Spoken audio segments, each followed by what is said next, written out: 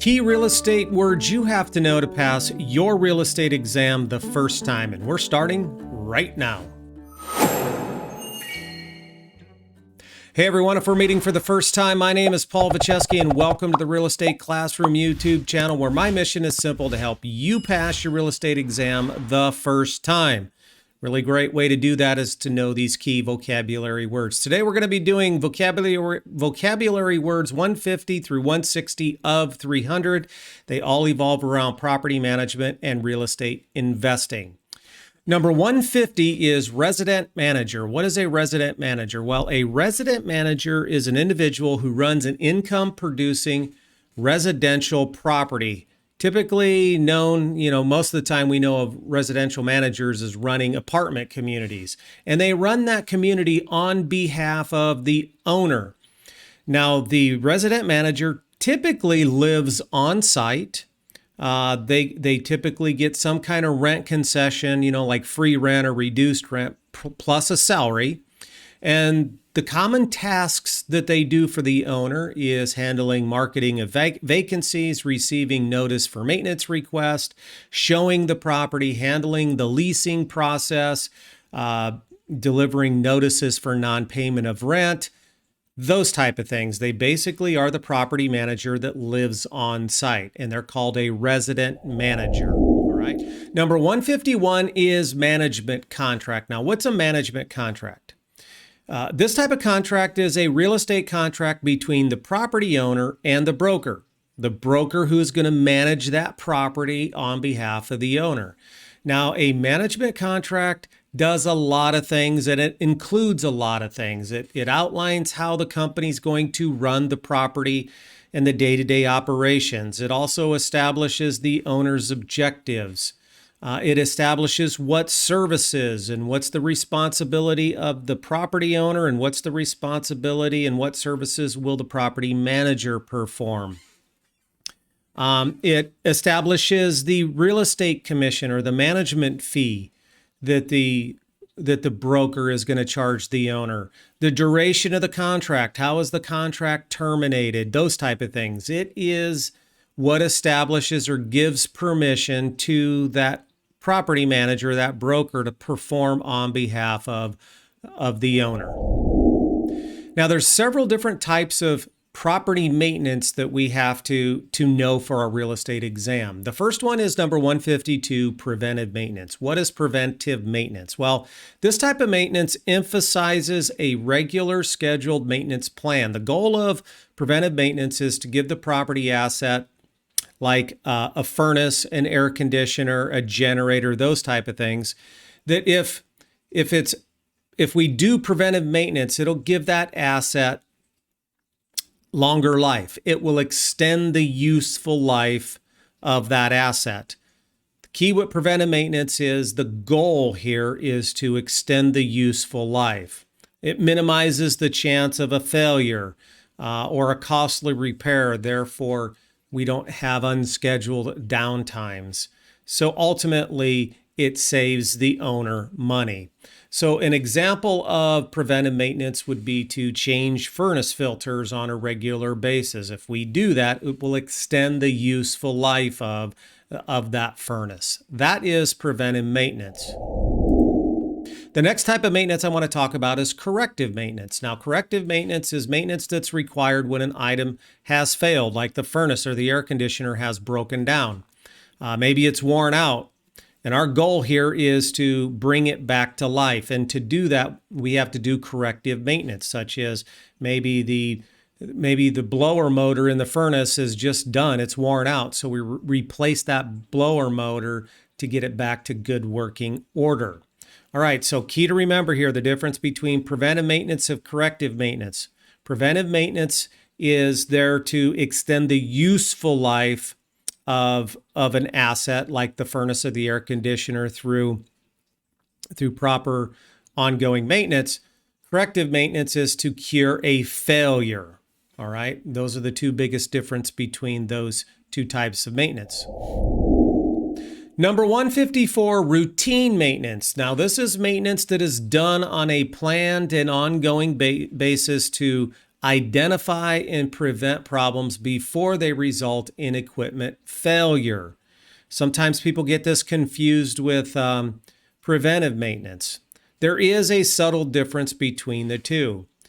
All right, so typically routine maintenance is done through or identified through inspection. So maybe we do an inspection of the furnace and we discover that the blower's fan belt is worn. So we're going to replace the fan belt as part of routine maintenance. It's still operating. It's not going to extend the useful life of the asset, but what we are doing is preventing unscheduled downtimes, which ultimately costs the owner more money in the long run. So routine maintenance is typically done through routine inspections. All right. So number 155, what's emergency maintenance? Well, it is what it sounds like, emergency maintenance. We have a broken pipe. If we don't immediately fix or correct that broken pipe, it's going to flood the entire building. And if we don't do the work that's required on that piece of equipment, it's going to lead to further failures or permanent damage or costly additional repairs to that building. All right. I always like to use the example of a broken water pipe because we can all visualize what that looks like. That is emergency maintenance. Now, 156 through 159 deals with terms that are used with real estate investing. So when an investor buys a piece of real estate to use as an income producing property, they are inheriting four things that create wealth around real estate: appreciation, depreciation, cash flow, and equity buildup. And we do that through leveraging. So those are the five key terms I want to discuss next. So we're going to start with 156, which is appreciation. Appreciation is an increase of value of an asset, such as a piece of real estate, over a period of time. It increases in value, and it can increase in value for numerous reasons, such as supply and demand, a change in the interest rates, inflation, those type of things. And the time, but it's done over a period of time. Now, it can be a long period of time. It can be a short period of time. That is actually determined by the supply and demand of where the property is located within a specific community. But obviously, if you're buying a rental property, our goal is for it to increase in value over time. So when we sell it, we've made money. That is appreciation, and that's a key component of real estate investing. 157 is cash flow. Cash flow is another key component of real estate investing, and this is the cash flow that specific property generates. All right, so that's when we take all that property's gross income that it generates, and we minus out all of the expenses that property generates, and we simply have whatever's left over is the cash flow. Now, cash flow can be positive or negative.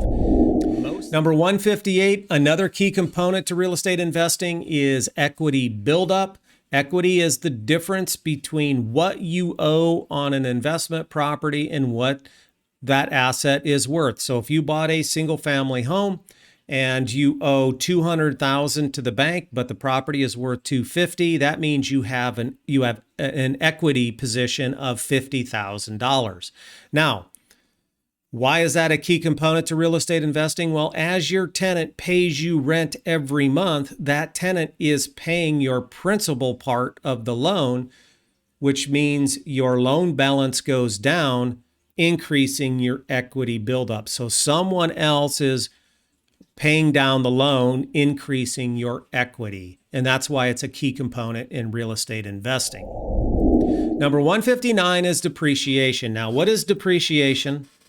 I've done a previous video on depreciation. You might want to check it out. I'm actually going to put a link to that right up here in the upper right-hand corner. So depreciation is a loss in value for any reason. It can be an actual loss or it can be a book loss. So let me give you an example. One aspect of depreciation is physical depreciation. That means that you're not maintaining the material condition of the property, so the value of that improvement, the house, loses value. That's a type of depreciation. That's an actual loss. Key to remember, land never depreciates in value ever. Not according to the IRS. I explained that in that video. All right, so depreciation of an asset happens when it loses value. Now, one other type of depreciation is what we call a book loss.